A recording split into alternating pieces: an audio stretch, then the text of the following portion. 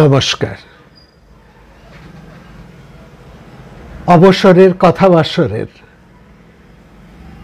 সপ্তদশ মানে 17তম অধিবেশনে আপনাদের সবাইকে আন্তরিক স্বাগত জানাই। এই অনুষ্ঠান শুরু করার আগে একটু আপনাদের কাছ থেকে দুটি কথা বলতে চাই। আজকে আমরা এই কন্নড় দেশে যেখানে আছি, যে সেটা অনেকটা গ্রামীণ এলাকায় আমরা এসেছি। তবে গ্রামীণ বলতে এই একেবারে বলবেন না উন্নত গ্রাম, সমস্ত রকম ব্যবস্থাপত্র এখানে আছে।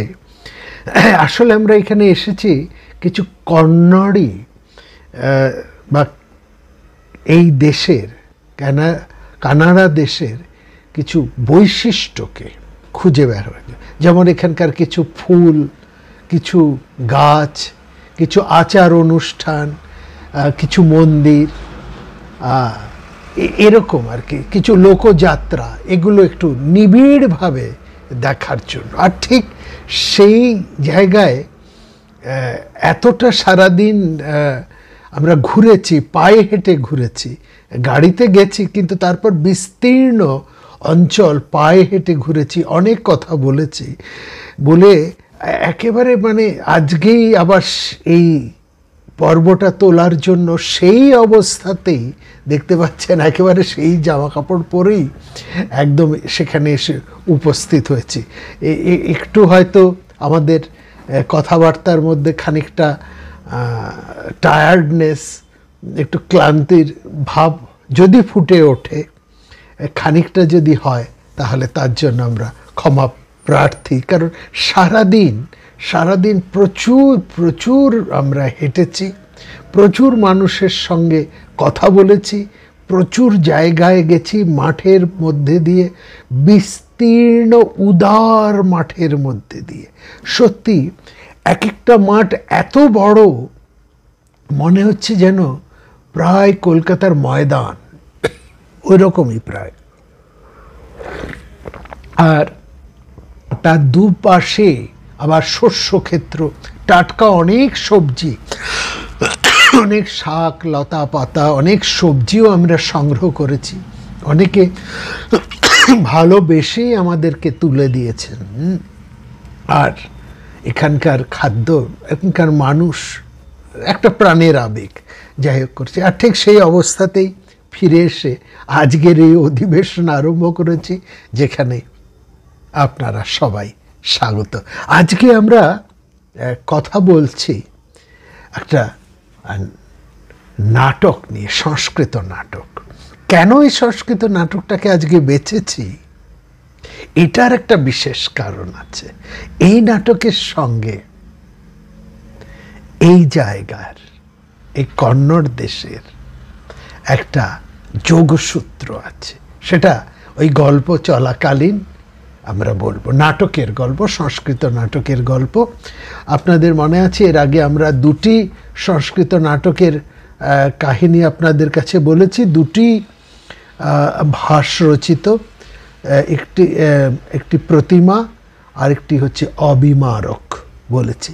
আজকে আমরা যার কথা বলবো তিনি হচ্ছেন শ্রীহর্ষ। শ্রীহর্ষের একটি একেবারে মৌলিক নাটক, যে নাটকটি অন্য কোনো কিছুর আধারে নয়, একেবারে শ্রীহর্ষের সৃজনী শক্তি। একটু ভূমিকা করি। আর আরেকটি কথা, আজকের পর্বটা হয়তো একটু সামান্য দীর্ঘ হবে। দীর্ঘ হবার দুটো কারণ, এই পটভূমিকা, নাটক এবং তার সাথে আমাদের সারা দিনের যে একটা চলার একটা তো পরিশ্রম আছে, তার একটা ছাপ যদি থেকে যায়।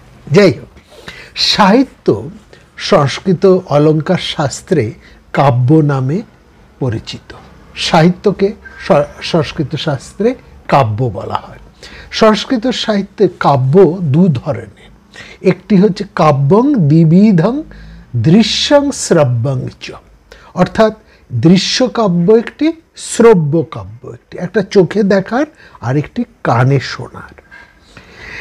দৃশ্যকাব্যের আধুনিক প্রতিশব্দই হচ্ছে নাটক।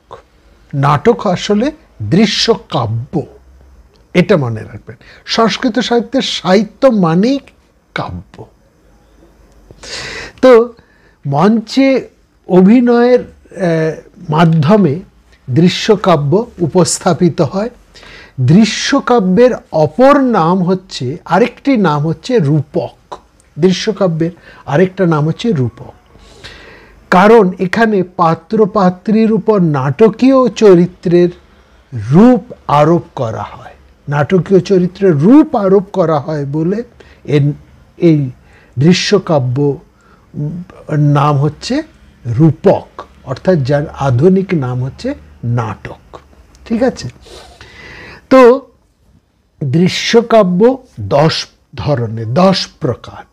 নাটক, প্রকরণ, ভান, বায়োগ, সমবকার, ডিম, ইহামৃগ, বিথি, অঙ্ক এবং প্রহসন। এই 10 ধরনের। কি তার ব্যাখ্যায় যাব না, সেটা পরে অন্য সময় কথা হবে। নাটক বা রূপকের মৌলিকতা নিহিত রয়েছে দৃশ্যময়তা বা রূপময়তার মধ্যে। এজন্য এর আরেকটা নাম আছে লোককৃত। একে লোককৃত অর্থাৎ লোক দ্বারা কৃত। অনেক লোক অর্থে এখানে অভিনেতা, অভিনয় কলাকৌশলী, লোকজন যা করে দেখান, লোককৃত। অর্থাৎ এর মধ্যে দৃশ্যময়তা এবং রূপময়তা আছে। বলা হয় শিবের তাণ্ডব নৃত্য, পার্বতীর লাস্যময় ভঙ্গি এবং বিষ্ণুর চমৎকারিত্ব, এই তিন জিনিসকে অবলম্বন করে ভরত মুনি নাট্যশাস্ত্র প্রণয়ন বা প্রচলন করেন। ভরত মুনির প্রথম নাটক হচ্ছে লক্ষ্মী স্বয়ম্বর। দ্বিতীয় এবং তৃতীয় নাটক বলা হয় এই দুটি নাটকই স্বয়ং ব্রহ্মা বিরচিত। তার প্রথমটি হচ্ছে অমৃত মন্থন এবং দ্বিতীয়টি হচ্ছে ত্রিপুর দাহ, অর্থাৎ লক্ষ্মী স্বয়ম্বর, অমৃত মন্থন এবং ত্রিপুর দাহ। এই হচ্ছে ভরত মুনির 3টি বিখ্যাত নাটক। যাই হোক, এই হচ্ছে আমাদের সংস্কৃত নাট্য বা দৃশ্যকাব্যের একটা সংক্ষিপ্ত ইতিবৃত্ত। এর আগেও আমরা কিছু কথা বলেছি। ক্রমে ক্রমে যত আমরা নাটক নিয়ে আলোচনা করব, তার সংক্ষিপ্ত পরিচয় আপনাদেরকে আমরা দেব। আজকে যার কথা আমরা বলছি, শ্রীহর্ষ, তিনি হচ্ছেন সংস্কৃত নাট্য সাহিত্যের অন্যতম শ্রেষ্ঠ নাট্যকার। তিনি কালিদাসের বহু পরবর্তী সময় তার সম্পূর্ণ নামটা জানলে আপনারা অনেকেই তাকে চিনবেন। নাট্যকার হিসেবে নয়, তাকে চিনবেন একজন দক্ষ প্রশাসক, একজন দানবীর হিসেবে। তিনি তার সম্পূর্ণ নাম হর্ষদেব বা হর্ষবর্ধন শিলাদিত্য। পিতা প্রভাকর বর্ধন, জননী যশোবতী। 606 খ্রিস্টাব্দে তার জন্ম এবং 647-48 খ্রিস্টাব্দ পর্যন্ত তিনি জীবিত ছিলেন। 6 থেকে 47-48, 600 এই খ্রিস্টাব্দ পর্যন্ত তিনি উত্তর ভারতে ছিলেন এবং তিনি বিখ্যাত শাসক নৃপতি, যা আমরা বলছি হর্ষবর্ধন নামে তিনি পরিচিত, হর্ষবর্ধন শিলাদিত্য। তিনি পুষ্যভূতি বংশোদ্ভব থানেশ্বর রাজ হর্ষবর্ধন। কৌনজ রাজ্য তার অধীনে ছিল। তার রাজত্বে সুশাসন এবং শান্তি বজায় থাকার কারণে বহু দূর দেশ হতে তার রাজত্বে বহু শিল্পী, বিদ্বান ব্যক্তি ও ধর্মপ্রচারক তার রাজসভায় উপস্থিত হন। চৈনিক পরিব্রাজক, চীন দেশের পরিব্রাজক হিউয়েন সাং তার সভায় উপস্থিত হয়েছিলেন। হিউয়েন সাংয়ের রচনা থেকে মহারাজ হর্ষবর্ধনের রাজ্য শাসনের দক্ষতা, তার কাব্য প্রতিভা এবং সর্বোপরি তার দানশীলতার প্রশস্তি বাক্য পাওয়া যায়। তিনি প্রথমে হিন্দু ধর্মে ছিলেন, পরবর্তীকালে তিনি এই হিউয়েন সাং এবং অন্যান্যদের প্রভাবে তিনি বৌদ্ধ ধর্ম গ্রহণ করেন। তার মধ্যে একটা বৌদ্ধ প্রভাব তার মধ্যে এসেছিল এবং তিনি অত্যন্ত বড় দানবীর ছিলেন। এই কৌনজের যে মেলা সেখানে তিনি তার প্রচুর দান করতেন। দান করতে করতে করতে তার রাজকোষ থেকে সব দান করতে করতে এরকম বলা হয় তার অলংকার, গায়ে যে সমস্ত অলংকার পরে থাকতেন সেই সব অলংকার, এমনকি তার বস্ত্র পর্যন্ত, পরিধেয় বস্ত্রটি পর্যন্ত দান করে তারপর তার ভগিনী রাজ্যশ্রীর দেওয়া একটি বস্ত্র পরে তিনি আসতেন। এত বড় দানবীর তিনি ছিলেন এই হর্ষবর্ধন। রত্নাবলী, প্রিয়দর্শিকা ও নাগানন্দ এই তিনটি নাটকের রচয়িতা। তিনি নিজেই তো এক ঐতিহাসিক চরিত্র এবং তিনি এই তিনটি ঐতিহাসিক নাটক রচনা করেন। একাধিক প্রাচ্যবিদ তারা স্বীকার করেছেন যে ইনি স্বামীশ্বর রাজ হর্ষবর্ধন এবং তার সভাকবি ছিলেন বাণভট্ট। তিনিও শ্রীহর্ষের অর্থাৎ হর্ষবর্ধন, মহারাজ হর্ষবর্ধন, যিনি কাব্য জগতে শ্রীহর্ষ নামে পরিচিত। রাজা হিসেবে তিনি হর্ষবর্ধন শিলাদিত্য, আর কাব্য জগতের অধীশ্বর হিসেবে তিনি শ্রীহর্ষ। তার সভাকবি বাণভট্ট তার কাব্যশক্তির যথেষ্ট প্রশংসা করেছেন। আমরা আগেই বলেছি চৈনিক পরিব্রাজক হিউয়েন সাংয়ের রচনার থেকেও তার এই কাব্য প্রতিভার যথেষ্ট পরিচয় পাওয়া যায়। সপ্তম খ্রিস্টাব্দে ইৎ সিং তিনি বলেছেন নাগানন্দ শ্রীহর্ষের এক অন্যতম বিখ্যাত রচনা। নবম শতকে দামোদর গুপ্ত তার কুট্টিনীত মতম এই গ্রন্থে শ্রীহর্ষের অন্য আরেকটি নাটক রত্নাবলীর প্রভূত প্রশংসা করেন। উদয় সুন্দরী কথা এই কাব্যে শ্রীহর্ষকে কবীন্দ্র আখ্যা দেওয়া হয়েছে। শ্রীহর্ষ তিনি যে যথেষ্ট একজন বিদগ্ধ কাব্য রচয়িতা এ ব্যাপারে কোনো সন্দেহ নেই, কারণ তার এ সম্পর্কে বহু প্রশস্তি এবং অনেকের রচনার মধ্যে দিয়ে তার এই প্রতিভার কথা আমরা জানতে পারি। তিনটি নাটক তিনি মূলত রচনা করেছিলেন। আমরা বলেছি রত্নাবলী, প্রিয়দর্শিকা এবং নাগানন্দ। এর মধ্যে রত্নাবলী ও প্রিয়দর্শিকার বিষয়বস্তু মোটামুটি এক, শুধু নায়িকা এবং কয়েকটি পাত্রপাত্রীর নামের একটু প্রভেদ আছে। প্রাচীন বহু উপকথার রোমান্টিক নায়ক উদয়ন এই দুটি নাটকেরই মুখ্য চরিত্র। আমরা আজকে যে নাটকটি নিয়ে আলোচনা করব তার তৃতীয় নাটক নাগানন্দ।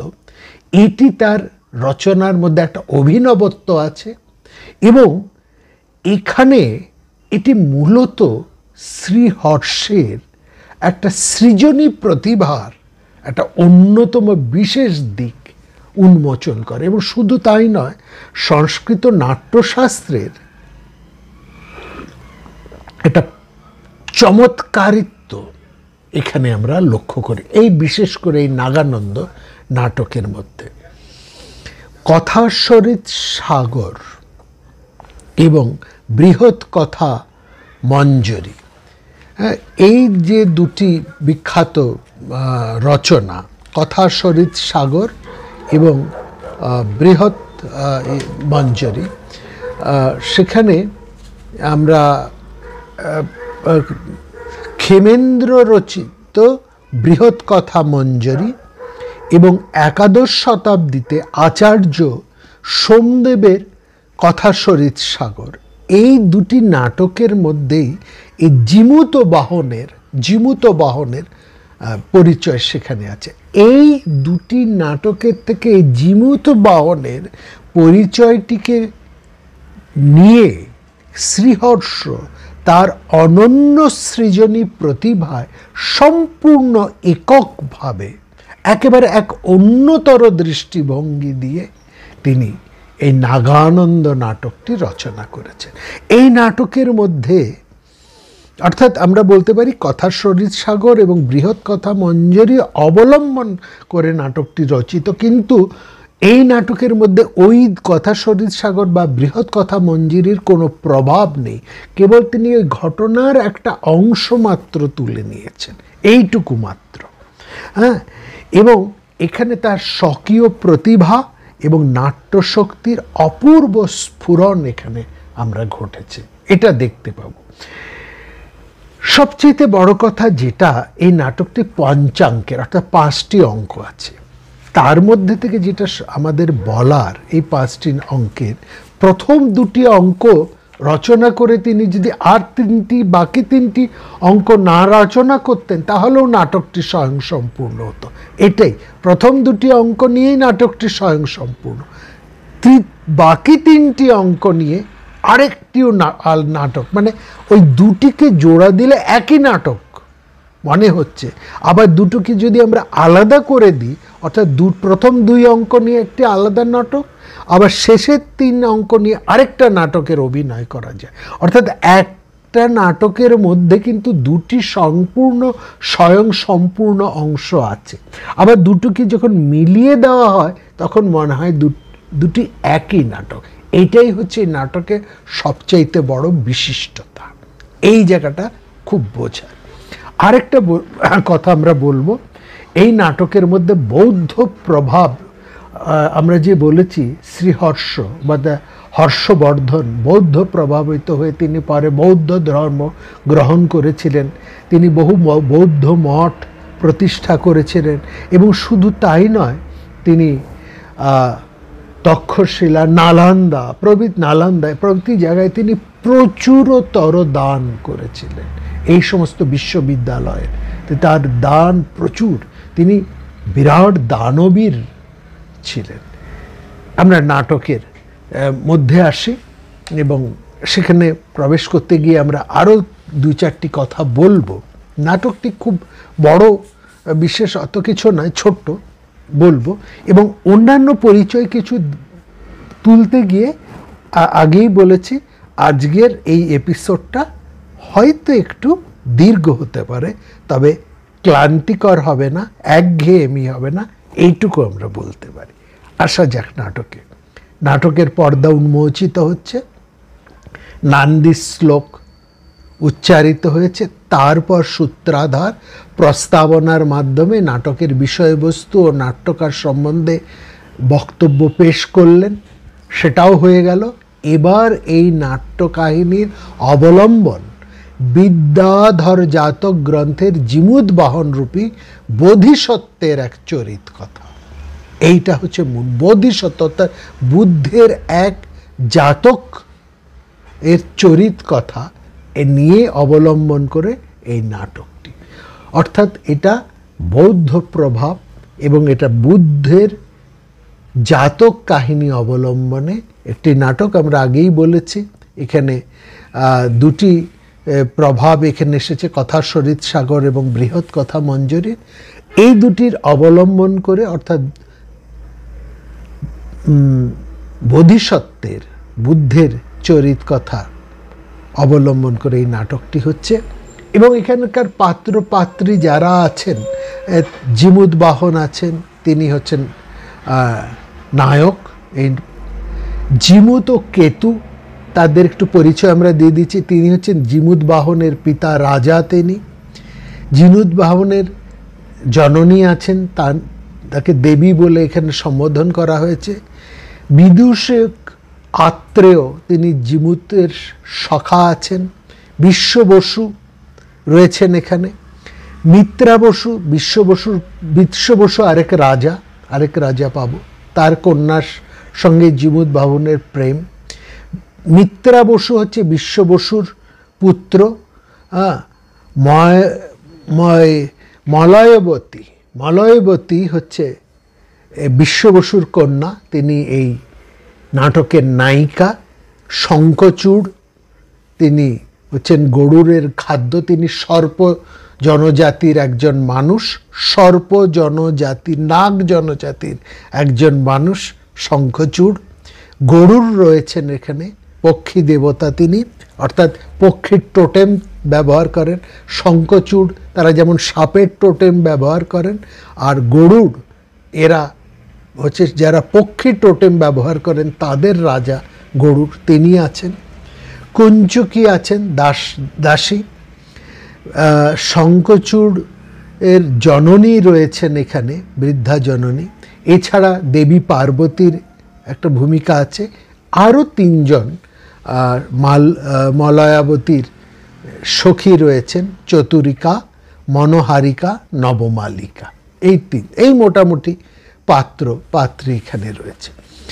নাটকের নায়ক বিদ্যাধর রাজ, জিমুত বাহনের পিতামাতা, মলয় পর্বতে দেবী গৌরীর মন্দিরের কাছে তপবনে বাস করছেন। সে কারণে জিমুত বাহন তার বন্ধু বিদূষক আত্রেয় সহ, যার কথা একটু আগে আমরা বলেছি, রাজ্য সুখ ছেড়ে তিনি তার পিতামাতার সেবা জীবন কাটাবেন বলে এই মলয় পর্বতে এসেছেন। কারণ সেই মলয় পর্বতে মহারাজ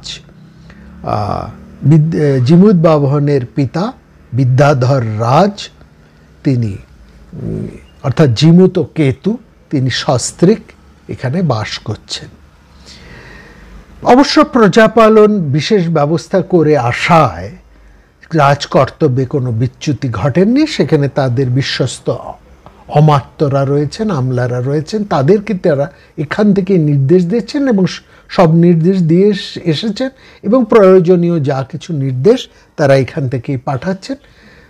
রাজা জিমুত কেতু এবং তার স্ত্রী এখন মলয় পর্বতে বসবাস করছেন দেবী গৌরীর পূজা অর্চনা করে। এবং সেই রাজা বিদ্যাধর রাজ অর্থাৎ জিমুত কেতু এবং তার স্ত্রী অর্থাৎ জিমুত বাহনের পিতামাতা সেখানে ওই মন্দিরের কাছে বসবাস করছেন বলে তাদের পুত্র জিমুত বাহন পিতামাতার সেবা করবেন বলে তিনিও রাজধানী ছেড়ে, রাজ্য সুখ ছেড়ে পিতামাতার সেবা দিন কাটাবেন বলে এই মলয় পর্বতে তিনিও এসে উপস্থিত হয়েছেন। এই ঘটনা দিয়ে নাটকের প্রথম অঙ্ক আরম্ভ হয়েছে। মলয় পর্বতের সৌন্দর্য অপরূপ, তার একটা চমৎকার বর্ণনা আছে।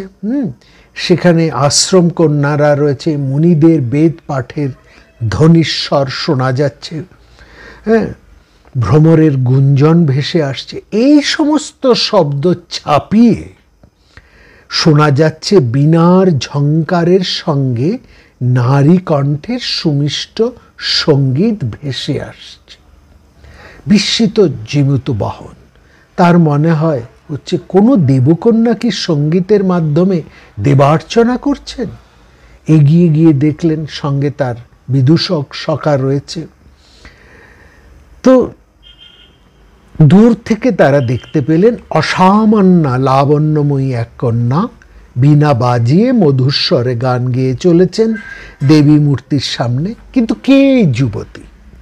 তমাল গাছের আড়ালে আত্মগোপন করে রাজা শুনলেন ওই নারী আর তার দাসীর কথোপকথন।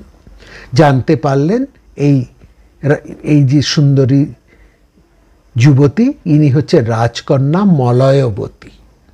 দেবী গৌরী তাকে বর দিয়েছেন বিদ্যাধর রাজ তার স্বামী হবেন। বিদূষক আর দেরি না করে সঙ্গে সঙ্গে দ্রুত জিমুত বাহনকে নিয়ে এলেন মলয়াবতীর সামনে। দাসী আগন্তুকদের বসার জন্য আসন পেতে দেয়। মলয়বতী ও জিমুত বাহন দুজনেই দুজনকে দেখে মুগ্ধ। কিন্তু নাটকের ক্লাইম্যাক্স এখান থেকে আরম্ভ হলো। পারস্পরিক পরিচয় জানার আগেই, অর্থাৎ তারা পরস্পরের দেখেই এতটা মুগ্ধ, সেই মুগ্ধর রেশ কাটার আগেই, কোনো কথাবার্তা শুরু হবার আগেই সেখানে প্রবেশ করে এক তাপস, এক অল্প বয়সী এক সন্ন্যাসী এসে তিনি মলয়বতীকে সেখান থেকে ফিরে যাওয়ার জন্য বলেন, আপনার পিতা আপনাকে ডাকছেন, আপনি আপনার পিতার কাছে ফিরে যান। অগত্যা পরস্পরের পরিচয় প্রকাশিত হবার আগেই মলয়াবতীকে বিদায় নিতে হলেও সেখানে থেকে গেল পরস্পরের প্রতি এক গভীর আকর্ষণ। শুরু হচ্ছে দ্বিতীয় অঙ্ক। প্রথম অঙ্ক এখানে শেষ, এবার দ্বিতীয় অঙ্ক। সেখানে দেখা যাচ্ছে মলয়বতী শরতের উত্তাপে, শরৎকাল, কিন্তু ওই শরতের উত্তাপে শ্রান্ত হয়ে তাপ লাঘবের জন্য চন্দনলতা কুঞ্জে চন্দ্রমণি শিলাতলে কদলীপত্র অর্থাৎ কলা গাছের পাতা বিছিয়ে রাখার আদেশ দিয়েছেন। শীতল শয্যা প্রবেশ করে তার দাসী, অর্থাৎ যার কথা আমরা সেখানে বলেছি, সেই কুঞ্চকী, যাকে অনেকে চেটিও বলা হয়, কন্নড় ভাষাতে তাকে চেটিও বলে, এবং সেই কুঞ্চকী তাকে ওই শীতল শয্যায় বিশ্রাম করতে বলল। আসলে এই যে তাপ, শরৎকালে এত তাপ তো হতে পারে না, এই তাপটা হচ্ছে তার বিরহ দহনজনিত তাপ। মলয়বতী তাকে জিজ্ঞেস করছেন, তার সেই কুঞ্চকীকে, বলো দেখি আমার তাপের কারণ কি? কুঞ্চকী একটু পরিহাস করে বলে, তোমার সেই স্বপ্নে পাওয়া স্বামীর চিন্তা। মলয়বতী কুঞ্চকীর কাছে আর কিছু গোপন করে না। অল্পক্ষণের জন্য দেখা সেই কুমারের বিরহে অশ্রুপাত করতে থাকেন তিনি। তার উত্তাপ লাঘবের জন্য কদলীপত্র দিয়ে, ওই কলা গাছের পাতা দিয়ে তাকে বাতাস করতে থাকেন তার সেই সখীরা, অর্থাৎ সেই চতুরিকা বা মনোহারিকা কিংবা নবমালিকা, যে কোনো একজন। এই সময় সেখানে বিদূষক সহ, হ্যাঁ, সেই মানে আত্রেয় সহ, যে জিমুদবাহনের সখা, জিমুদবাহন আত্রেয়কে নিয়ে, বিদূষক আত্রেয়কে নিয়ে জিমুদবাহন আসেন ওই লতাকুঞ্জের কাছে। সখা বিদূষকের কাছে জিমুদবাহন বলেন তার সেই স্বপ্ন কাহিনী, মন্দিরে দেখা সেই সুন্দরী গায়িকা যেন ওই কুঞ্জে মণিশিলা তলে বসে সাশ্রু নেত্রে তাকে তিরস্কার করছেন। এই জন্যে ওই সুন্দরী রমণী, যাকে তিনি মুহূর্তের জন্য দেখেছিলেন, কোনো কথা হয়নি, হ্যাঁ, শুধু দেখা হলো, কোনো কথা হলো না, এই রকম অবস্থায় ওই রবীন্দ্রনাথের গান আছে না, মধু যামিনী রে দুজনে দেখা হলো, কেন কথা কহিল না মধু যামিনী রে, ঠিক একই এই অবস্থা। দুজনের কোনো কথা হয়নি, শুধু দেখা মাত্র হয়েছে, মধু যামিনী। তো সেই কথা বললেন। ওই এইদিকে বিদূষক আর আসার, ওরকম একজন অন্য কারো আসার কথা দেখতে পেয়ে সঙ্গে সঙ্গে মলয়বতীর সখীরা তাকে নিয়ে একটা ঝোপের আড়ালে চলে গেল। ফলে জিমুদবাহন ওই লতাকুঞ্জে এসেও তার সেই প্রাণপ্রিয়াকে দেখতে পেলেন না। মলয়বতীরা কিন্তু অন্তরাল থেকে ঠিক চিনতে পেরেছেন জিমুদবাহনকে, সুতরাং তারা সেখানে আড়ালে তাদের কথা আগ্রহ ভরে শুনছেন। জিমুদবাহন তার সখা বিদূষককে বলছেন, ওই চন্দ্রকান্ত শিলাতে বসেই তার স্বপ্নের প্রিয়া আমার জন্য অশ্রুপাত করছিলেন। পরে বিদূষক বললেন, তখন জিমুদবাহন তার সখা সেই বিদূষক আত্রেয়কে বললেন, তুমি কিছু রঙিন পাথরের টুকরো নিয়ে এসো, আমি আমার সেই স্বপ্নে দেখা রাজকন্যার একটা ছবি আঁকতে চাই, মানস প্রতিমা আমি প্রতিকৃতি একে আমি তার স্তুতি গান করব। মলয়বতী দূর থেকে ওই ছবিটাকে দেখে সেটা যে তার ছবি আঁকছেন এটা উনি বুঝতে পারলেন না, ভাবলেন এই কুমার, অর্থাৎ তাকে দেখে যে জিমুদ বাহন, যাকে দেখে তিনি মুগ্ধ হয়েছেন, যার বিরহে তিনি কষ্ট পাচ্ছেন, ওই ছবি আঁকা দেখে তিনি ভাবলেন, ভুল ভাবলেন যে ইনি বোধহয় অন্য কোনো নারীর প্রতি আসক্ত। হতাশভাবে মলয়বতী অশ্রুপাত করে চলছেন, সেই কুঞ্জে প্রবেশ করেন। এমন সময় সেখানে তার দাদা, মলয়াবতীর অগ্রজ মিত্রা বসু সেখানে উপস্থিত হন এবং এসে বলেন যে দেখো, আমাদের পিতা তোমার বিবাহ স্থির করেছে বিদ্যাধর রাজের জন্য, তিনি জিমুদ বাহনের অন্বেষণ করছেন। এর মধ্যে দিয়ে এই কথা হবার সঙ্গে সঙ্গে বিদূষকের নির্দেশে জিমুদ বাহন সঙ্গে সঙ্গে সেই যে ছবিটা এঁকেছিল ওটাকে পুরো ঢেকে দিলেন। বিবাহ প্রস্তাব শুনতে পেয়ে মলয়বতী উৎফুল্ল, কিন্তু তার নায়ক তো জানেন না যে স্বপ্নে দেখা রাজকন্যাই সেই মিত্রা বসুর সহোদরা। তিনি মিত্রা বসুকে চেনেন, মিত্রা বসু অর্থাৎ, এবং সেই মিত্রা বসুর বোন ভগিনী যে তার স্বপ্নে দেখা রাজকন্যা, এটা জিমুদ বাহন আবার জানতেন না।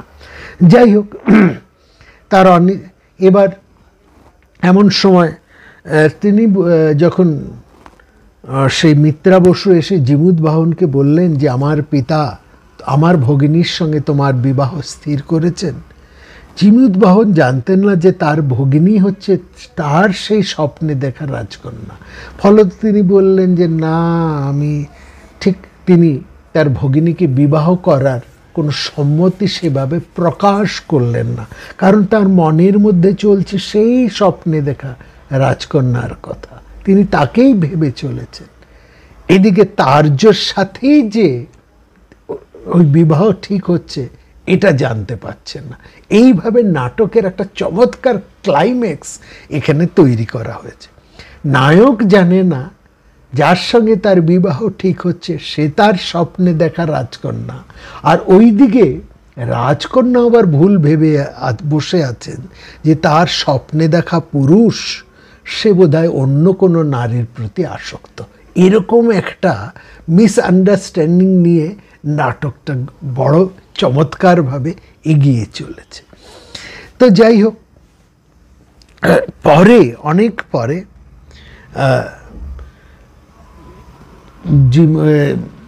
তখন বিদূষক বললেন যে দেখো, আমার মনে হচ্ছে আমরা সরাসরি ওই কন্যার পিতার কাছে গিয়েই বলি যে তুমি তাকে চাও, তাহলে তার পিতা হয়তো অন্য কারোকার সঙ্গে এই মেয়ের বিবাহ দেবে না, তোমার সঙ্গেই বিবাহ দেবে।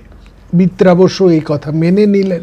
মেনে নিয়ে তারা দেবী গৌরীর আশ্রমের দিকে যাত্রা করলেন, কারণ ওইখানে জিমুদ বাহনের পিতামাতা অবস্থান করছেন। এবার মলয়বতী জিমুদ বাহনের এতদিন পরে সঠিক পরিচয় জানতে পারলেন, কিন্তু তিনি ভাবলেন এ বাবা, তিনি তো আবার ভেবেছেন জিমুদ বাহন অন্য কোনো নারীর প্রতি আসক্তা, এরকম একটা ভুল ধারণা তার আছে। সুতরাং তিনি যখন জিমুদ বাহনের সঠিক পরিচয় জানতে পারলেন এবং এটাও জানতে পারলেন তার পিতা এই জিমুদ বাহনের সঙ্গেই তার বিবাহ দিতে চান, তিনি তো মনে মনে খুবই খুশি। কিন্তু হলে কি হবে, তার ভয় যে জিমুদ বাহন যদি অন্য কোনো নারীর প্রতি আসক্ত হয়ে থাকেন, তাকে যদি গ্রহণ না করেন। সুতরাং ভাবছেন আমার পিতা যতই চেষ্টা করুন, কিন্তু যাকে আমি প্রাণ দিয়ে ভালোবাসতে চাই, পিতা তার সাথেই আমার বিবাহ ঠিক করছেন, সব ঠিক আছে, কিন্তু সে তো অন্য কোনো নারীর প্রতি আসক্ত। এই একটা ভুল ভাবনা। সেই ভাবনা থেকেই মলয়াবতী কী করলেন যে আমার এই প্রাণ রেখে লাভ নেই, আমি তো আমার প্রাণপ্রিয়কে পাবো না। সুতরাং তিনি আত্মহত্যা করবার একটা উদ্যোগ নিলেন এবং আত্মহত্যার কী করে নেবেন না, লতা পাশ পায়ের মধ্যে বেঁধে তিনি ঝাঁপিয়ে পড়ে নিজের প্রাণ শেষ করে ফেললেন। যে জিমুদ বাহনের সঙ্গে তার যদি বিবাহ না হয়, জিমুদ বাহন যদি অন্য কারো প্রতি আসক্ত হয়ে তাকে বিবাহ না করে অন্য কাউকে বিবাহ করে বসেন, এটা তো তিনি সহ্য করতে পারবেন না। সুতরাং তার বেঁচে থাকার আর কোনো প্রয়োজনই নেই, জীবন রাখার আর কোনো প্রয়োজনই নেই। তিনি আত্মহত্যা করবেন বলে ঠিক করলেন। এই কারণে তিনি যখন আত্মহত্যা করতে গেলেন, সেই মুহূর্তে তিনি ভয় পেয়ে বাঁচাও বাঁচাও বলে চেঁচিয়ে উঠলেন। নারী কণ্ঠের ওই আর্তনাদ শুনে কাছেই সেখানে ছিলেন বন্ধু বিদূষক আত্রেয় সহ জিমুদবাহন। তিনি ছুটে গিয়ে সেইকে রক্ষা করেন, মলয়াবতীকে রক্ষা করেন। এবং এই দুজন, ওই মলয়াবতীও আত্মহত্যা করতে গিয়ে তিনি ঝাঁপিয়ে পড়লেন এবং জিমুদবাহনও তাকে নিচের থেকে ধরে ফেললেন। অর্থাৎ মলয়াবতী আত্মহত্যা করে বাঁচাও বাঁচাও করে লাফিয়ে ঝাঁপিয়ে পড়লেন, নিচে ধরে ফেললেন জিমুদবাহন। অর্থাৎ দুজনের আবার সেই মিলন ঘটল। মলয়াবতী এটা বুঝলেন, দুজনের মধ্যে ভুল কেটে গেল। মলয়াবতী এটা বুঝলেন যে জিমুদবাহন তাকেই ভালোবাসে, তারই ছবি এঁকেছিলেন। দূর থেকে ওই জিমুদবাহনের আঁকা ছবি দেখে মলয়াবতীর ভুল ভাবনা হয়েছিল, ভুল ভেবেছিলেন তিনি। যাই হোক, দুজনেরই ভুল কেটে গেল, দুজনেরই মিলন ঘটল। হ্যাঁ, এবং শিলাতলে অঙ্কিত সেই ছবিটি দেখে নায়িকার সব অভিমান দূর হয়ে গেল। এবং জিমুদবাহনও বুঝলেন যে এই হচ্ছে সেই তার বন্ধু মিত্রা বসুর ভগিনী। তিনিও জানতেন না মিত্রা বসুর ভগিনী হচ্ছে তার প্রাণপ্রিয়া, স্বপ্নে দেখা রাজকন্যা। সুতরাং দুজনের মধ্যে যে ভুল ছিল, ভুল ধারণা ছিল, সব সেটা কেটে গেল। এবং দাসী এসে রাজার কাছে সব খবর জানালেন। জিমুদবাহনের পিতা জিমুতকেতু তিনি সানন্দে এই বিবাহের অনুমোদন করলেন এবং নায়কের প্রতি সানুরাগ দৃষ্টিপাত করতে করতেই মলয়াবতী অন্তঃপুরের দিকে অগ্রসর হলেন। আর বন্ধু বিদূষক আত্রেয় জিমুদবাহনের পিতামাতাকে প্রণাম করার উদ্দেশ্যে সেই মন্দিরের দিকে রওনা হলেন। এই একটা মিলনাত্মক ঘটনার মধ্যে দিয়ে দ্বিতীয় অঙ্কের সমাপ্তি ঘটল। এবার তৃতীয় অঙ্ক। তৃতীয় অঙ্কের শুরুতে দেখা যাচ্ছে জিমুদবাহন এবং মলয়াবতীর বিবাহ অনুষ্ঠান। সেখানে অনেক মানুষজন এসেছে, সবাই উৎসবে মত্ত। উদ্যানে তারা যখন হাস্য পরিহাসে মত্ত, সমস্ত লোকজন, আত্মীয় স্বজন, বন্ধু বান্ধব, হ্যাঁ, পরিচারিকা, দাসী, সবাই আর আনন্দে মত্ত। বিবাহ হবে জিমুদবাহনের সাথে মলয়াবতীর। নবদম্পতিও সেখানে উপস্থিত। জিমুদবাহন উদ্যানের শোভায় চমৎকৃত এবং সেখানে একটা চমৎকার বর্ণনা দেওয়া হচ্ছে। সেই বর্ণনার মধ্যে আমরা যাব না। এখানে আবার কিছু নাটকীয় উপাদানের একটু হাস্য কৌতুকও আছে। হ্যাঁ, ওই মলয়াবতী পরিচারিকাদের সাথে আত্রেয়র একটু বাদানুবাদ, এসব ইত্যাদি যা নাটকের অংশ আছে। এই তারপরে একটা বিবাহের অনুষ্ঠান এবং পরস্পরের দিকে নায়ক এবং নায়িকা এক অতি মুগ্ধ দৃষ্টি নিয়ে অপলক দৃষ্টিতে তাদের দুজনের দিকে দুজনে তাকিয়ে আছে। সেই মধু যামিনী সেখানে অপূর্বভাবে চলছে। মানে আখিতে দর্শন, হ্যাঁ, নিমেষ হারা দর্শন। কিন্তু এই নিমেষ হারা মধুযামিনীর দর্শন, হ্যাঁ, মুগ্ধ দর্শন কিন্তু বেশিক্ষণ এই মোহ চলতে পারল না। অর্থাৎ বিবাহের সেই মিলন রাত্রি, বাসর রাত্রির বেশিক্ষণ কিন্তু সেই মুগ্ধতা, পরস্পরের সঙ্গে তারা মুগ্ধভাবে সময় কাটাতে পারলেন না। হঠাৎ এমন একটা ঘটনা সেখানে ঘটল, অর্থাৎ মুগ্ধতা, তারপর সঙ্গে সঙ্গে একটা ক্লাইম্যাক্স। এর আগেও আমরা দেখেছি পরস্পরের সঙ্গে দেখা, পরস্পরের প্রতি মুগ্ধতা, কিন্তু হঠাৎ একটা ক্লাইম্যাক্স, এক তাপস এসে খবর দিল। আগের প্রথম পর্বে আমরা শুনেছি যে কন্যার পিতা কন্যাকে ডেকেছে। এখানেও পরস্পর বিবাহিত দুই দম্পতি, বিবাহ হয়ে গেছে, দুজন দুজনের যখন মুগ্ধ নেত্রে সানুরাগে পরস্পরের দিকে অনুরাগ ভরে চেয়ে আছেন, সেই মুগ্ধতার মধ্যে হঠাৎ সেই দরজায় ভীষণ একটা শব্দ, বাসর ঘরের দরজায় প্রচণ্ড শব্দ। সেখানে মলয়বতীর ভ্রাতা মিত্রা বসু এসে বলছেন, এক জিমুদ বাহন, তুমি দ্রুত বেরিয়ে এসো, বাসর সজ্জা সেজে দ্রুত বেরিয়ে এসো। হ্যাঁ, কারণ আমাদের শত্রু মতঙ্গ এই রাজ্য, আমাদের রাজ্য আক্রমণ করেছে, এক্ষুনি যুদ্ধে যেতে হবে। কিন্তু অবিলম্বে আমাদেরকে শত্রু নিধনের জন্য যুদ্ধে বেরিয়ে পড়তে হবে। হ্যাঁ, যুদ্ধের শত্রু আক্রমণ করেছে আমাদের রাজ্য, তুমি বাসর সজ্জা ত্যাগ করে অস্ত্রসজ্জায় সজ্জিত হয়ে মুহূর্তের মধ্যে রওনা হয়ে চলো।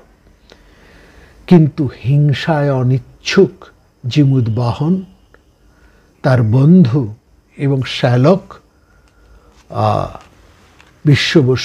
মিত্রা বসুকে শান্ত করে বললেন যে দেখো, প্রাণী হিংসা করে যুদ্ধ করার চেয়ে পরহিতে আত্মদানই তার কাছে কাঙ্ক্ষিত। এই জায়গাটায় আমরা দেখছি শ্রীহর্ষ বৌদ্ধ, অর্থাৎ হর্ষবর্ধন শ্রীহর্ষ, তিনি বৌদ্ধ ভাবনা আচ্ছাদিত। তিনি যুদ্ধ করতে চাইছেন না, প্রাণক্ষয় করতে চাইছেন না। তার কাছে যুদ্ধ জয় করার চেয়ে পরহিতে আত্মদান তার কাছে অনেক বেশি কাঙ্ক্ষিত। এই ভাবটা এসছে, অর্থাৎ একটা বৌদ্ধ প্রভাব আমরা এখানে লক্ষ্য করছি। মিত্র বসু কিন্তু এই কথায় অসন্তুষ্ট হলেন। তিনি বলছেন, দেখো, শত্রুর উপর করুণা প্রকাশ করার কোনো অর্থ হয় না। শত্রু আক্রমণ করেছে, এখন তাকে আমরা করুণা প্রকাশ করব? এটা ঠিক নয়। তুমি মোহত্যাগ করো, চলো যুদ্ধের সঙ্গে যাও। যেটা আমাদের এখন আবশ্যক হচ্ছে যুদ্ধ করা। শত্রু আক্রমণ করেছে, শত্রুর বিরুদ্ধে আমাদের যুদ্ধ করতেই হবে, সেটাই এখন প্রয়োজন। বারবার অনুরোধ করছেন। কিন্তু জিমুদ বাহন, অর্থাৎ জিমুদ বাহন তো হচ্ছে সেই বুদ্ধের এক জাতক, এক জাতকের কাহিনী। ঠিক এখানে বুদ্ধ প্রত্যেক জাতকেই তিনি অহিংসার প্রচারই করে এসছেন। এখানে তিনি কিছুতেই যুদ্ধ করতে রাজি হলেন না। ফলত মিত্র বসু তার শ্যালক অত্যন্ত ক্রুদ্ধ হয়ে চলে যান। সন্ধ্যা আসন্ন হয়, জিমুদ বাহনও সেই উদ্যান ত্যাগ করে, বাসর কক্ষ ত্যাগ করে স্বস্থানে প্রস্থান করেন। এর কিছুদিন পর, যাই হোক, মিত্রা বসু এবং তার পিতা বিশ্ব বসু তারা এই শত্রুকে বধ করতে সম্পন্ন হয়। সেসব ঝামেলা মিটে গেছে। তার কয়েকদিন পর, বেশ কিছু কাল অতিবাহিত হয়েছে, জিমুদ বাহন এবং মলয়াবতী সুখে দিন কাটাচ্ছেন। এরকম কিছু দিন অতিবাহিত হয়েছে। এমন সেদিন দ্বীপ প্রতিবদ উৎসব। দ্বীপ প্রতিবদ, এই প্রতিবদটিকে বলা হয় দ্বীপ প্রতিবদ, কারণ এটি হচ্ছে অমাবস্যার প্রথম, পূর্ণিমার প্রথম প্রতিবদ। পূর্ণিমা শেষ হবার পর আসন্ন অমাবস্যা, এইটা হচ্ছে এই অমাবস্যা কেটে যাবার পর আসন্ন পূর্ণিমা, এই অমাবস্যার পরের প্রতিবদ। এই প্রতিবদটাকে দ্বীপ প্রতিবদ বলা হয়। এই দ্বীপ প্রতিবদ উৎসব, সেখানে সেই কঞ্চুকির মাধ্যমে মলয়বতীর মাতা সেই উৎসব উপলক্ষে কন্যা জামাতার জন্য রক্তবস্ত্র পাঠিয়েছেন। অপূর্ব সুন্দর স্বর্ণ খচিত, স্বর্ণ এবং রৌপজাল খচিত অপূর্ব লাল টকটকে এক রক্তবস্ত্র পাঠিয়েছেন জামাতা এবং তার কন্যার জন্য। এই উৎসবে এই অতি দুর্মূল্য মহার্ঘ এই রক্তবস্ত্র পরিধান করে তারা এই দ্বীপ প্রতিবদ উৎসব উদযাপন করবেন। শ্বশুর বাড়ির থেকে জীমূতবাহনের জন্য এই জামা কাপড় এসেছে, তার শাশুড়ি সেটা পাঠিয়ে দিয়েছে। যাই হোক, সেদিন জীমূতবাহন তার শ্যালক মিত্রা বসুর সঙ্গে ভ্রমণ করছেন। আশ্চর্য হয়ে তিনি দেখলেন দূরে শুভ্র মেঘে আবৃত হিমালয়ের চূড়ার মতন কতগুলো শুভ্র পর্বতের স্তূপ। মিত্রা বসু বলছে, না হে, ওটা পর্বতের স্তূপ নয়, ওগুলো হচ্ছে গরুরের খাদ্য। হ্যাঁ, গরুর খাদ্যের জন্য বারবার সমুদ্রকে আলোড়িত করে বহু প্রাণীর বিনাশ সাধন করেছিল। তখন নাগরাজ বাসুকি গরুরকে বলে, আপনার খাদ্য হিসেবে প্রতিদিন একটি করে নাগ বদ্ধশিলায় আসবে এবং আপনি দয়া করে সমুদ্রের সমস্ত প্রাণীকে এইভাবে আর মারবেন না। আপনার খাদ্য হিসেবে আমরা প্রতিদিন একটি করে সর্পজাতির একজন মানুষকে আপনার কাছে পাঠাবো। এই জায়গাটা একটু বলে দিই, এই সর্প এবং এই গরুর এই একটা সর্পজাতি। আমরা বলেছি নাগ সভ্যতা ভারতবর্ষের আদিম সভ্যতা, এবং এই নাটকটা যেহেতু লক্ষ্য করবেন এই দক্ষিণ ভারত কেন্দ্র করে, মলয় পর্বত হচ্ছে বিদ্যা অঞ্চল পর্বতের একটা অংশ, হচ্ছে এই মলয় পর্বত। এই পর্বতের এই নাটকে যা কিছু স্থান কাল সবটাই হচ্ছে এই দক্ষিণ ভারতের, এবং এখানে রয়েছে বিশিষ্ট নাগ জাতিরা, তাদেরকে নিয়ে এই নাটকের দ্বিতীয় পর্বটা। এখানে এই নাগ জাতি এবং গরু পক্ষী জাতি, এরা হচ্ছে পরস্পর জ্ঞাতি। কশ্যপের অনেক স্ত্রী, তার স্ত্রীদের মধ্যে থেকে যেমন দিতির পুত্র দানব, অদিতির পুত্র দেবতারা হয়েছেন, তেমনি বিনতার, কশ্যপ বিনতার আর গর্ভ থেকে এসেছে অরুণ এবং গরুর। অরুণ এবং গরুর এরা হচ্ছে পক্ষী প্রজাতির, গরুর হচ্ছে পক্ষী প্রজাতির রাজা। আসলে এরা গরুড়ের টোটেম ব্যবহার করতেন। এরা প্রত্যেকেই মানুষ, কিন্তু দানব, দেবতা, পক্ষী, সর্প যা জনজাতি, এরা সব জনজাতি এবং পরস্পর সব জ্ঞাতি এবং সবাই মানুষ। দেবতারা এক গতি, অসুররা হচ্ছে তাদের বৈমাত্রেয় ভাই, তারাও জ্ঞাতি।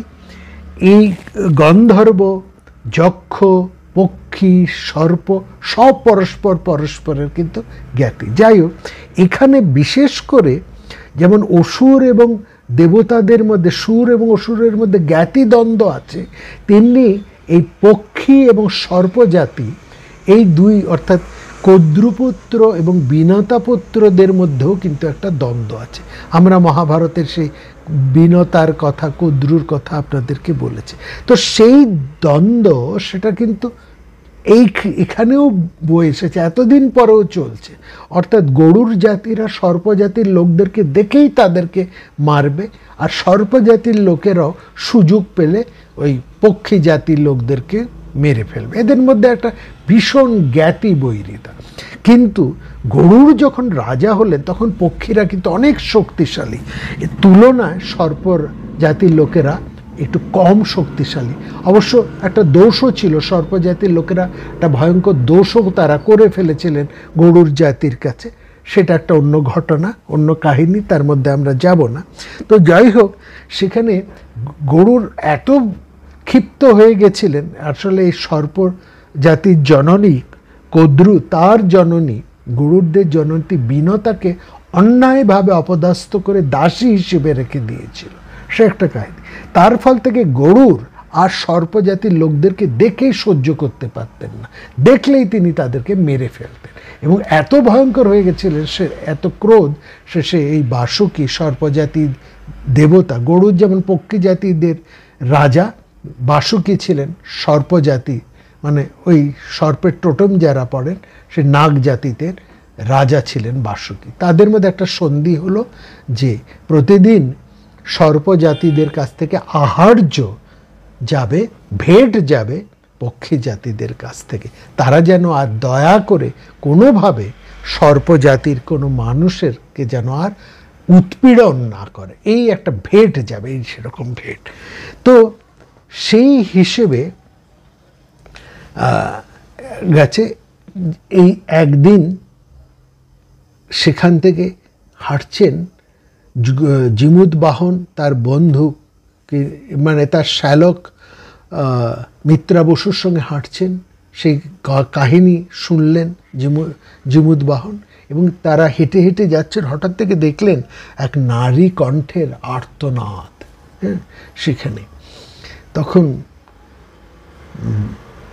সেই দেখতে পেলেন একজন প্রৌঢ়া, বিলাপরতা এক প্রৌঢ়ার সাথে এক যুবক যাচ্ছেন, দুজনই খুব অস্থির, এবং সেই প্রৌঢ়া আর্তনাদ করতে করতে যাচ্ছেন।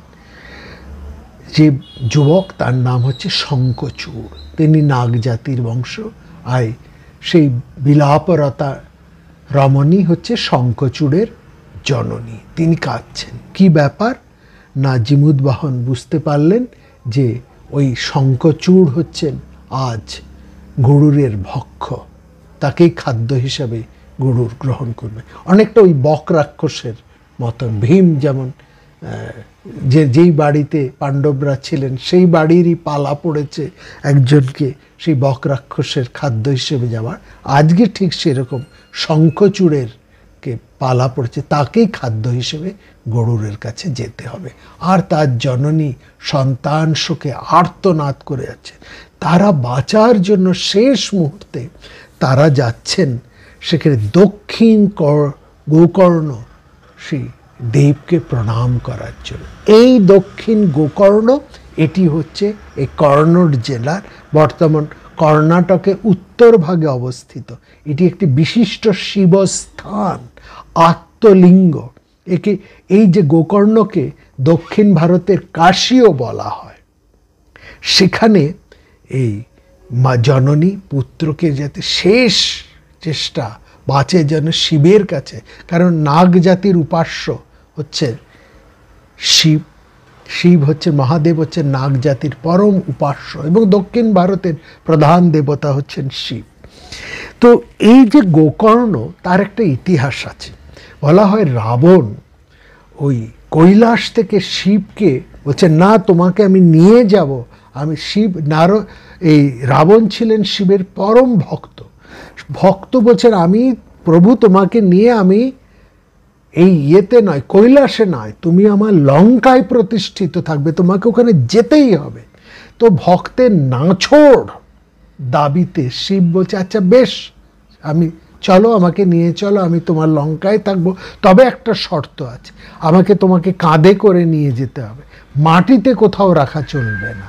এই কৈলাস থেকে লঙ্কা অবধি আমাকে তুমি মাটিতে যদি একবার কোথাও নামিয়েছ, তাহলে আমি সেখানেই প্রতিষ্ঠিত হয়ে যাব, আর তুমি আমাকে সেখান থেকে নড়াতে পারবে না।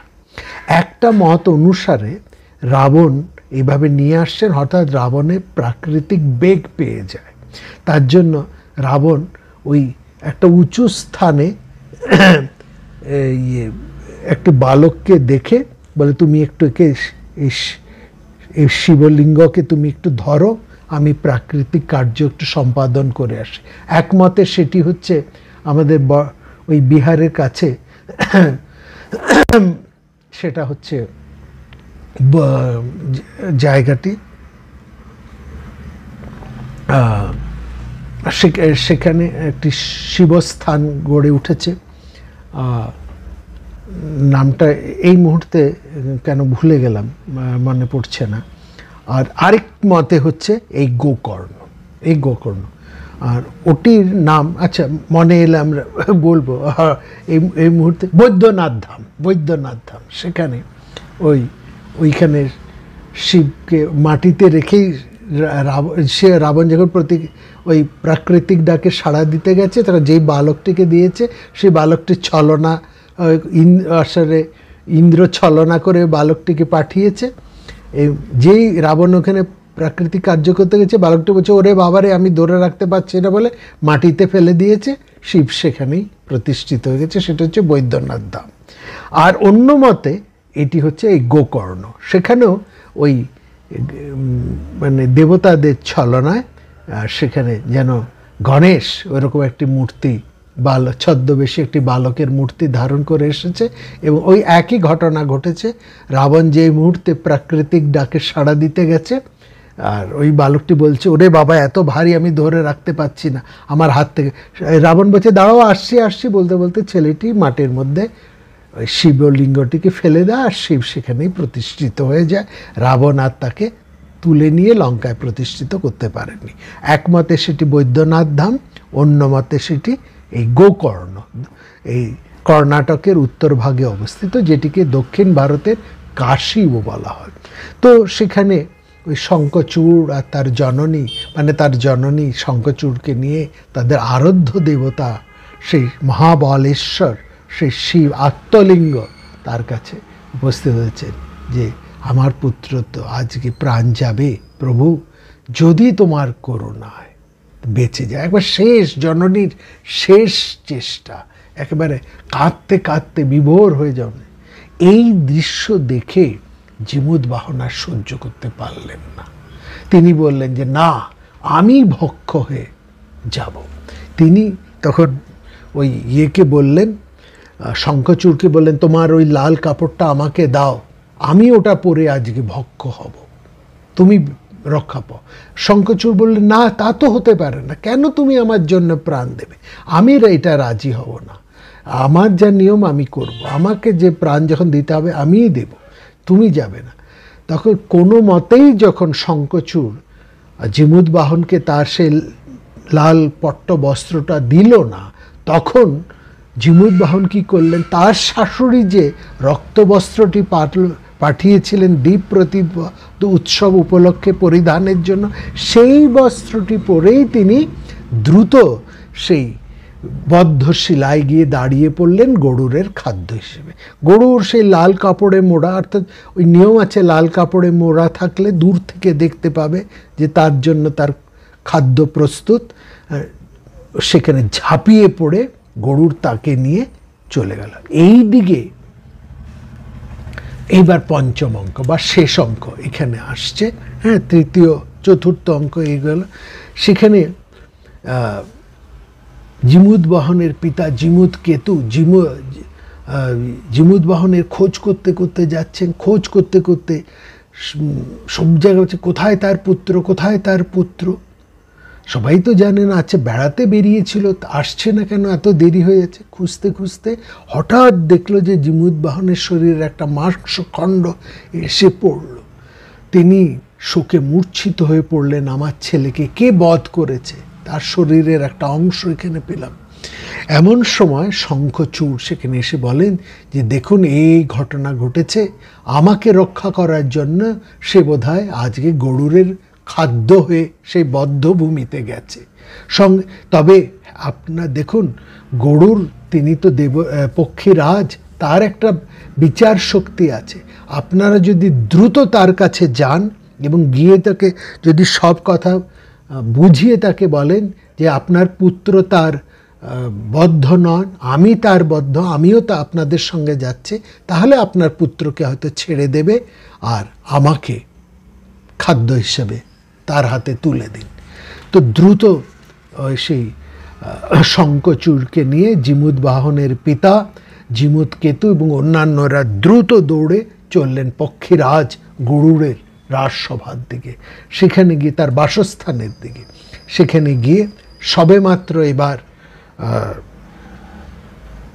গরুর সেই জিমুদবাহনকে খাবেন তা প্রস্তুতি চলছে। আর এত দূর জিমুদবাহনকে ধরে নিয়ে এসছে, জিমুদবাহনের ওই গরুরের আঘাতে, চঞ্চুর আঘাতে, নখের আঘাতে তার দেহের নানা জায়গা ছিন্ন ভিন্ন হয়ে গেছে, সে একেবারে সংজ্ঞাহীন হয়ে ওখানে পড়ে আছে।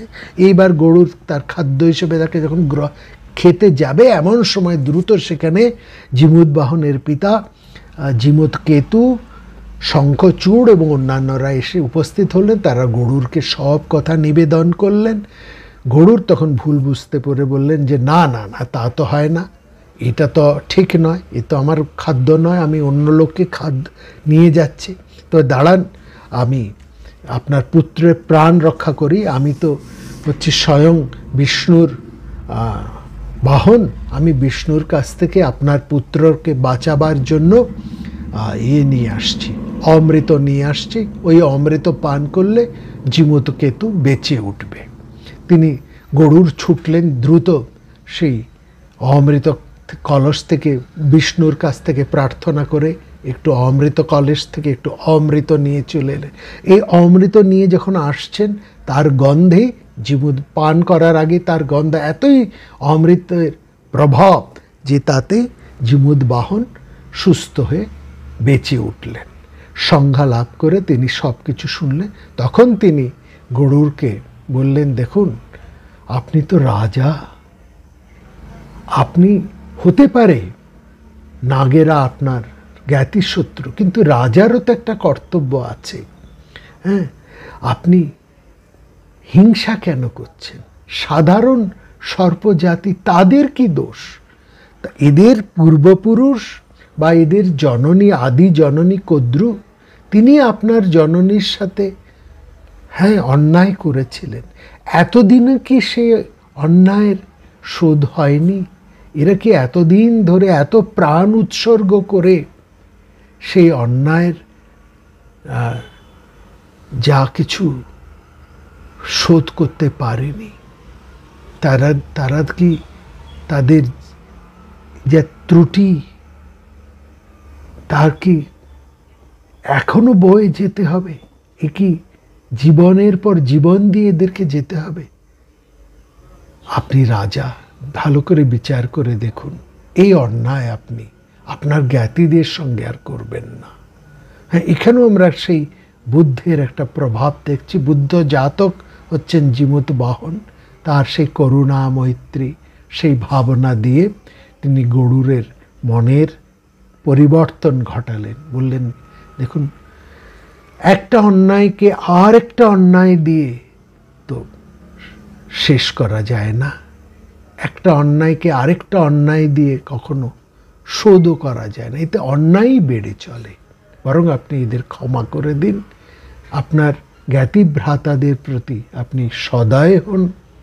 এদের যা অন্যায়ের প্রায়শ্চিত্ত এরা প্রচুর করে ফেলেছে, আর এদেরকে দণ্ড দান করবেন না। হ্যাঁ, আর যাদেরকে মেরে ফেলেছেন, তাদেরকেও আপনি ওই অমৃতের দিয়ে দান করে, আপনি যখন অমৃত নিয়েই এসেছেন, আপনি যখন অমৃত বাহক, তখন অমৃত দান করে মৃত প্রাণদেরকেও আপনি বাঁচিয়ে দিন। তাতেই আপনার অক্ষয় পূর্ণ, অক্ষয় যশ, অক্ষয় কীর্তি হবে। আর তাই তো মানবিকতা, তাই তো মানুষের ধর্ম। জীমূত বাহন, যিনি বৌদ্ধ জাতক, তার প্রভাবে গরুড়ের মনের পরিবর্তন ঘটল। তিনি যে অমৃত নিয়ে এসছেন, সেই অমৃত বাড়ি তিনি সমস্ত মৃত সর্প, সেই যত সর্পজাতি, যত মানুষকে তিনি বধ করেছিলেন, তাদের যে স্তূপাকৃত কঙ্কাল পড়েছিল তার উপর ছড়িয়ে দিলেন। সেই অমৃত বর্ষে সমস্ত সর্পজাতির মানুষেরা মৃতবর্ষে তারা বেঁচে উঠল। সর্প এবং গরুড়ের মধ্যে যে জ্ঞাতিদ্বন্দ্ব ছিল সেটা মিটে গেল। পরস্পর পরস্পরকে আলিঙ্গন করল এবং জীমূত বাহনের জয় জয়কার ঘটল। জীমূত বাহনের প্রয়াসে, প্রচেষ্টায় গরুড় হিংসা থেকে মুক্ত হলো। পারস্পরিক জ্ঞাতিদ্বন্দ্ব সেখানে নষ্ট হয়ে গেল। শঙ্খচূড় সুরক্ষিত হলো। তিনিও প্রাণ ফিরে পেলেন। তার পিতামাতা এবং তার পত্নী, তারাও প্রাণে বেঁচে গেলেন। এবং সকলের মঙ্গলার্থে জীমূত বাহন এই বিশ্ব দেবতার কাছে প্রার্থনা করলেন, পৃথিবীকে শস্য শ্যামলা করার জন্য মেঘ যথাসময়ে বর্ষণ করুক। মানুষ যেন কারো প্রতি কেউ কখনোই বিদ্বেষ পোষণ না করে, স্বজনের সঙ্গে আনন্দে কাল যাপন করে, সবাই বিপদ মুক্ত হয়ে পুণ্যকর্ম সাধন করুক। এই প্রার্থনা মন্ত্রের মধ্যে দিয়ে পৃথিবীতে শান্তি এবং অহিংসার একটা বাতাবরণের এক চিরন্তন প্রার্থনার মধ্যে দিয়ে এই অপূর্ব নাগানন্দ নাটকটির পরিসমাপ্তি ঘটে। নাগ জাতির মধ্যে একটি আনন্দ সৃষ্টি, তারা যে গরুরের কাছ থেকে ভয়ভীত হয়েছিল, করুণাঘন জিমুদ্বাহনের প্রভায় নাগ জাতির মধ্যে একটি আনন্দের সঞ্চার হলো। পক্ষী জাতি এবং নাগ জাতির মধ্যে যে বিরূপতা ছিল তা দূর হলো এবং সবাই আনন্দে এই পৃথিবীতে এক সম্প্রীতির বাতাবরণে বাস করতে লাগলেন। অর্থাৎ একটা বিশ্ব শান্তির বাতাবরণের, এক মৈত্রীর বাতাবরণের, এক পৃথিবীর কল্যাণ ভাবনার বাতাবরণের মধ্যে দিয়ে, এক অপূর্ব প্রার্থনা মন্ত্রের মধ্যে দিয়েই এই নাটকটির পরিসমাপ্তি। এবং এই নাটকটির এটি হচ্ছে মূল বার্তা। অপূর্ব এই নাটকটি রচয়িতা শ্রীহর্ষ বা হর্ষবর্ধন, মহারাজ হর্ষবর্ধন শিলাদিত্য।